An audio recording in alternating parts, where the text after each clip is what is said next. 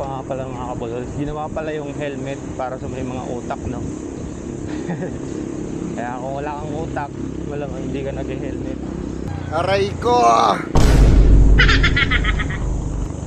Share this video mga kabulol kung nagustuhan nyo tong video, and like na din, follow.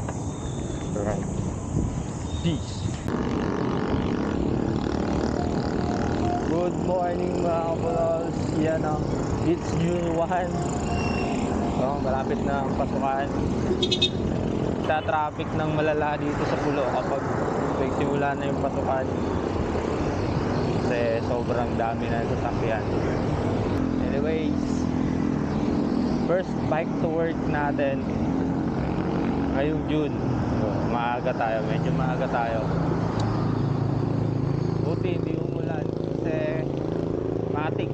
Kung umulan hindi ako magbabike, magsa shuttle na ako. Medyo makulimlim pero hindi ako papatak yung ulan. So ayan, sagutin natin yung comment pala. Anyway, sana nasa maayos kayong kalagayan. Siyempre medyo madilim pa eh. Ingat sa lahat ng papasok, no? Lalo sa mga nakabike dyan, huwag maging gempoy. Mga nakamotor, huwag maging kamote.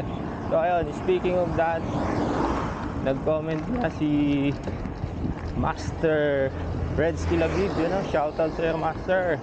Sana maayos ang iyong kalagayan ngayong araw, no? At sa mga susunod pa, mabuhay ka hanggang gusto mo. Shoutout sa iyo.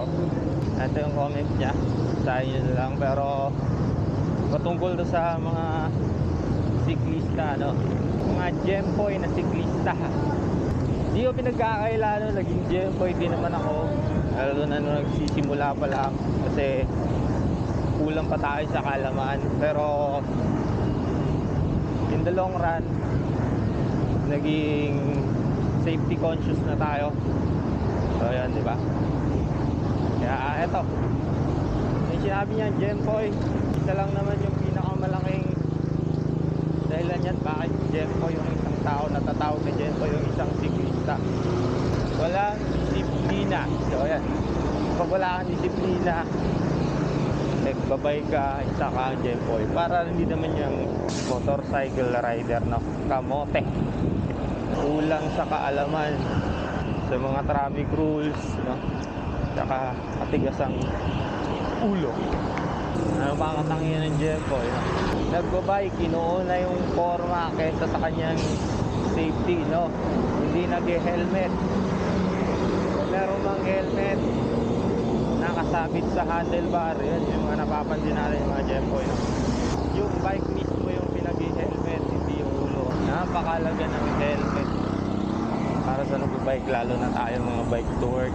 Yung iba, syempre hindi nila sinasaalang-alang yung safety nila kasi hindi pa nila nararanasan maaksidente. So yun, nandito na tayo sa may Lazada. Ano ba?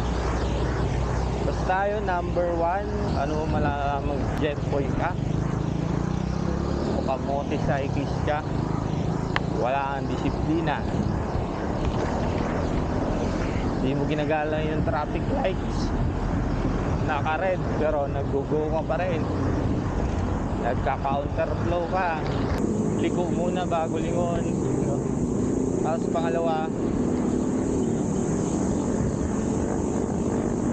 hindi nag-helmet. May helmet nga eh, lalagay naman sa handlebar, yung bike ang pinag-helmet. At pangatlo, pasikat, no? Mahilig mag no hands. So yun lang mga kabalols. Comment down below kung ano pa yung mga nakakita nyo mga katangian ng gempoy. So yun, malapit na naman tayo sa gate 1. So comment down below mga kabalols kung ano pa yung mga topic na gusto nyo i-open dyan. Sasagutin natin yan sa mga next bike to work ride ni Kapulol. Yan. So it's June 1 ah.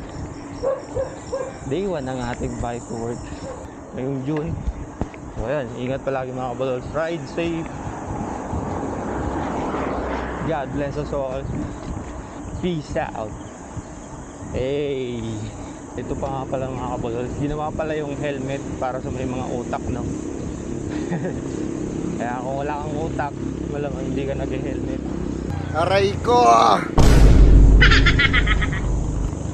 Share this video mga kabolols kung nagustuhan nyo tong video, and like na din, follow. Alright, peace.